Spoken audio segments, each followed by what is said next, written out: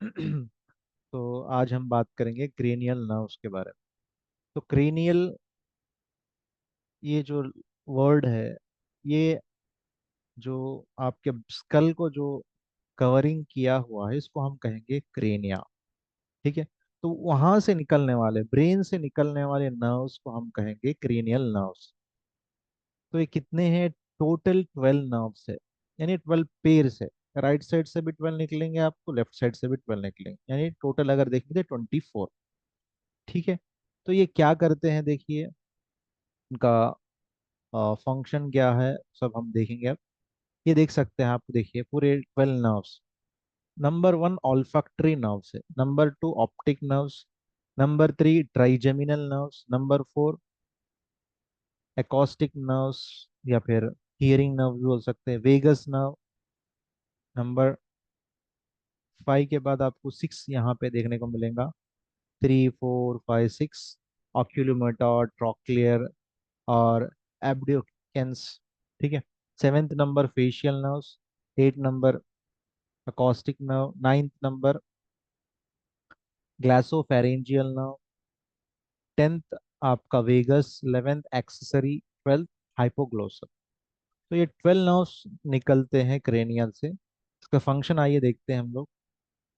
Olfactory nerve, first number, ये किस लिए काम करता है? सेंस ऑफ स्मेल, यानी नाक से जो स्मेल हम लोग सूंघते हैं, उसके जो रिसेप्टार्स होते हैं, वहां से ब्रेन में कनेक्ट होता है ऑल्फैक्टरी नर्व। तो ये स्मेल को लेके जाने के लिए हेल्प करता है। ठीक है। नंबर वन नर्व है ऑप्टिक नर्व, ये नजरों के लिए काम आता है। ठीक है। जो भी हम देखते हैं, सब चीजें इस ऑप्टिक, ये पूरा बॉल है, आई बॉल के अंदर से विजन जाएगा, ट्रैवल होके ऑप्टिक नर्व से ब्रेन में इमेजिन बन के फिर उसका रिफ्लेक्शन होगा। ठीक है। तो ये काम किसके हेल्प पे होती है? Optic nerve. यहाँ पे देख सकते हैं आप, ऑप्टिक नर्व आंखों के लिए काम करता है। थर्ड है ऑक्यूलोमोटर नर्व। ऑक्यूलोमोटर नर्व जो है आई बॉल के लिए, मूवमेंट के लिए। अब आई बॉल हम मूव करते हैं ऊपर नीचे राइट वगैरह, और ये क्या करता है, हम जो अंधेरे में, अगर हम कभी किसी वजह से अंधेरे में चले गए, तो पहले एकदम अंधेरा छा जाता है। ठीक है। फिर जैसा जैसा एक दो मिनट ऐसा, एक दो मिनट भी नहीं है, दो 10 सेकंड 15 सेकंड जैसा वक्त गुजरता है, थोड़ी देर के बाद आपको अंधेरे में भी नजर आने लगता है। ठीक है। या फिर आप फौरन, अगर आप अंधेरा था, फौरन आपने बल्ब को ओपन कर दिया या लाइट को आपने ओपन किया, तो फौरन क्या होगा, आप आपकी आंखें बंद होने, कंस्ट्रिक्ट हो जाएंगे, छोटे हो जाएंगे। तो ये कौन कर रहा है? आपका ऑक्यूलोमोटर नर्व। ज्यादा रोशनी होगी तो ज्यादा आ, रोशनी में आपके जो लाइट रेस है, वो अंदर ना जाने के लिए ये प्यूपिल होता है, वो प्यूपिल क्या करेगा? कंस्ट्रिक्ट होगा। अंधेरा है, अब अंधेरा में ज्यादा रोशनी की जरूरत है, लाइट रेस ज्यादा जाना चाहिए ताकि अंधेरे में नजर आ सके। तो ज्यादा लाइट रेस अंदर जाने के लिए प्यूपिल को एलोबरेट करता है, उसको फैलाता है। ये काम करता है अक्यूलोमोटर। नेक्स्ट फोर्थ है ट्रोक्लियर नर्व, ये भी बॉल मूवमेंट के लिए काम करता है। फिफ्थ नर्व जो है ट्राइजेमिनल नर्व, इसको थ्री नर्व्स कहते हैं। ट्राई माने थ्री, जेमिनल जो फेस को सप्लाई करने वाला है, इसको ट्राइजेमिनल नर्व। ये कहाँ पे देखिए, ये होता है फेस के सेंसेशन के लिए, सेंस के लिए, और स्काल्प के सेंस के लिए, और दांतों के सेंसेशन के लिए, और जो मजल से आप चबाते हैं खाना, उसको कॉन्ट्रैक्शन के लिए आप चबाते हैं ऐसा। तो इसका कॉन्ट्रैक्शन जो हो रहा है वो ट्राइजेमिनल नर्व की वजह से है। जो अक्सर हम कहते हैं फेशियल पैरालिसिस, चेहरे का लकवा मारा है, तो उसका अक्सर यही नर्व डैमेज हो जाता है। ये नर्व जो है आपको यहाँ से निकल के ऐसा सप्लाई होती है। ठीक है। हम दिखाएंगे इमेज में आपको। नेक्स्ट है एब्यूडेंस नर्व, ये भी आई बॉल के मूवमेंट के लिए। यहाँ पे देखिए, आई आई आई के लिए कितने नर्व्स है? सेकेंड आपका, third, fourth and six, three nerves, four nerves आपके आईज के लिए। नेक्स्ट है फेशियल नर्व। ऊपर वाला जो ट्राइजेमिनल नर्व था, वो सेंसेशन के लिए था। यहाँ पे फेशियल नर्व कई के लिए देखिए, टंग के लिए, टेस्ट के लिए, और फेशियल मसल के कॉन्ट्रैक्शन के लिए। वहां पे चूइंग के लिए है, या फेशियल आप एक्सप्रेशन देंगे, हंसेंगे या रोएंगे या कुछ और बात करते वक्त एकदम चेहरे को चेंजेस लाएंगे, ये सब चीजें कहाँ से होंगी? फेशियल नर्व से होंगी। और जो सलाइवा रिलीज हो रहा है, थूक, किसी किसी को थूक ज्यादा साइडों से निकलते रहता, क्यों? क्योंकि वो फेशियल नर्व डैमेज होने की वजह से। ठीक है, तो ये फेशियल नर्व है। ट्राइजेमिनल नर्व में सेंसेशन ऑफ फेस, स्काल और दांतों का है, और कॉन्ट्रैक्शन ऑफ च्यूइंग मसल्स है। लेकिन यहाँ पे फेशियल नर्व में क्या हो रहा? टंग का है, कॉन्ट्रैक्शन ऑफ फेशियल मसल्स है, और सलाइवा का। ये याद रखना है। नेक्स्ट है एट्थ नर्व, इसको हम वेस्टिबुलो कॉक्युलर नर्व भी कहेंगे या कॉस्टिक नर्व, ये हियरिंग के लिए है। ठीक है। और ग्लोसोफैरेंजियल नर्व ये कई के लिए है? ये टेस्ट के लिए भी काम करेगा, और cardiac, respiration, blood pressure, pairing, saliva, सब के लिए ये काम करेगा। ठीक है। नेक्स्ट है वेगस नर्व। वेगस नर्व पूरा आपके डाइजेस्टिव सिस्टम में पूरा फैला हुआ है, पूरा लम, अगर कोई बड़ा नर्व है जो क्रेनियल नर्व्स में, वो है वेगस नर्व। कहाँ कहाँ पे? हार्ट में, लंग्स में, बीपी प्रेशर के मेंटेनेंस में, और बात करने में, हार्ट रेट को कम करने में, और खाने की नली है। ठीक है। डाइजेशन करना है, मोशन के लिए, सब। ठीक है, वेगस नर्व है। ये वेगस नर्व बहुत इंपॉर्टेंट है। एक्सेसरी नर्व जो हेल्पर है, यहाँ ये कहाँ जाएगा? नेक पे जाएगा, शोल्डर पे आएगा, और स्पीक करने के लिए ये हेल्प करेगा, एक्सेसरी नर्व। नेक्स्ट है हाइपोग्लोसल नर्व। ये टंग के मूवमेंट के लिए, हाइपोग्लोसल नर्व जो है टंग के मूवमेंट के लिए हेल्प करेगा। ठीक है, तो इसमें हम लोगों ने 12 नर्व्स को देखा। इसमें बहुत इंपॉर्टेंट नर्व्स जो है वेगस नर्व्स और ग्लोसोफैरिंजियल नर्व है। लोअर बॉडी में, अपर बॉडी में आपको विजन के लिए, स्मेल के लिए, टेस्ट के लिए, हियरिंग के लिए ये नर्व्स इंपॉर्टेंट है। ठीक है। नीचे के लिए वेगस नर्व और एक्सेसरी और ग्लोसोफैरिंजियल इंपॉर्टेंट है। और जिसका ग्लोसोफैरिंजियल टंग मूवमेंट अगर प्रॉब्लम है, तो उसका सेवेंथ क्रेनियल नर्व डैमेज हो चुका है। ठीक है, तो ये था आपका क्रेनियल नर्व्स के बारे में, बहुत इंपॉर्टेंट है, इसको याद रखना जरूरी है। तो हम लोगों ने क्रेनियल नर्व्स को कंप्लीट कर लिया। अब हम बात करेंगे ऑटोनोमिक नर्वस सिस्टम। वॉलेंट्री, एक है वॉलेंट्री और एक है ऑटोनोमिक नर्वस सिस्टम। ठीक है। ऑटोनोमिक नर्वस सिस्टम क्या होता? ये ऑटोमेटिक आपको, आपके काम को कराता। ठीक है।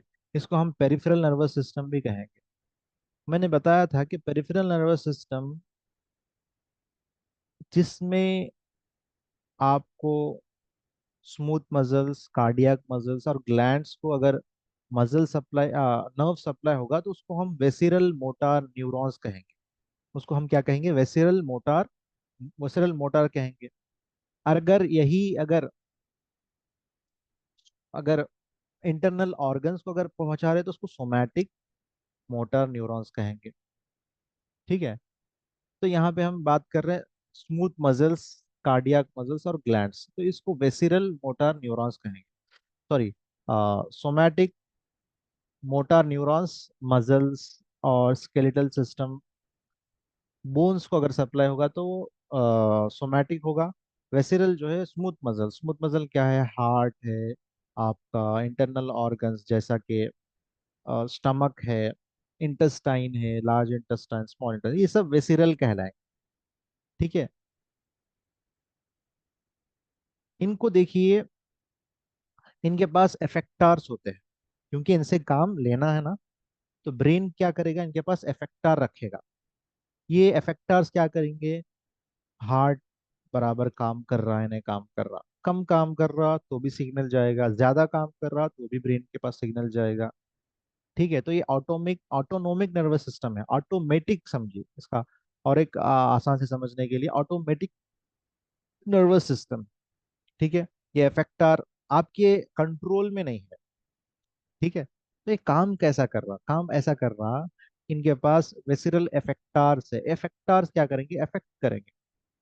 ठीक है। इनको और देखने के लिए वहाँ पे बहुत सारी चीजें होंगी, ये देखेंगे। अब ये काम कैसा करेंगे, देखिए काम करने के लिए दो डिविजन्स है। ऑटोनोमिक नर्वस सिस्टम के दो डिविजन्स है। एक है पैरासिम्पेथेटिक और एक है सिंपैथेटिक।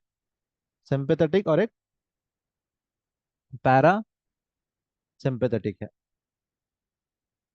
ठीक है, अब ये दोनों को, दोनों जो आपके सिस्टम से ये कनेक्टेड है आपके हाइपोथैलेमस से। ठीक है, ये कंडीशंस के हिसाब से पैरासिम्पेथेटिक और सिंपैथेटिक काम करते रहेंगे। ठीक है, फिर से सुनिए आप लोग। हमारे बॉडी में एक तो हमने पढ़ा था सेंट्रल नर्वस सिस्टम, उसमें हमने ब्रेन पढ़ा, और एक है हमने स्पाइनल कॉर्ड। स्पाइनल कॉर्ड से जो नर्व निकलेंगे उसको हम पेरिफेरल नर्वस सिस्टम कहेंगे। ब्रेन से जो नर्व निकलते हैं उसको क्रेनियल नर्व्स पढ़ेंगे। तो क्रेनियल नर्व्स हमने पढ़ लिया। अब है पीएनएस। पीएनएस को ऑटोनोमिक नर्वस सिस्टम भी कहते हैं।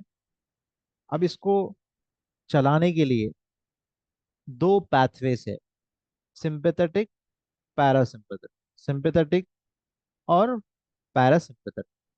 देखिए इसको कैसा काम करते हैं अब हम देखेंगे।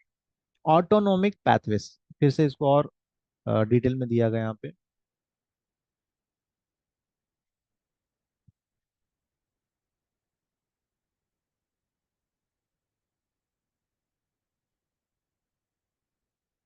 यहाँ पे देखिए जो भी सीएनएस होता है, क्योंकि पीएनएस का भी कनेक्शन सीएनएस से है।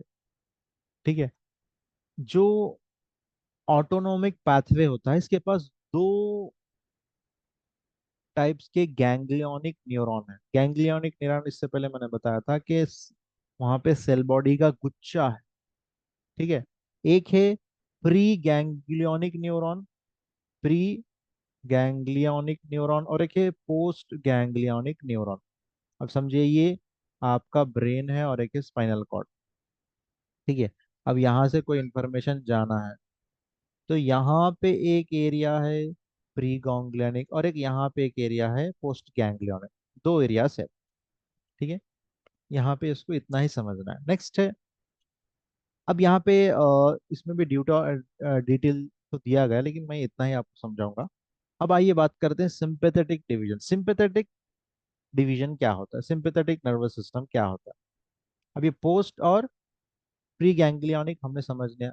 सिंपैथेटिक, सिंपैथेटिक को हम लोग रखेंगे, आगे डिस्कस करेंगे। ठीक है, तो इसको कल ही करेंगे। सिंपैथेटिक और पैरासिम्पैथेटिक अगर हम लोग कंप्लीट कर लेंगे तो हमारा नर्वस सिस्टम कंप्लीट होगा। बस आज के लिए इतना ही याद रखिए। जो पीएनएस है, पेरिफेरल नर्वस सिस्टम है, इसके दो पाथवेज है, सिंपैथेटिक एंड पैरासिम्पैथेटिक।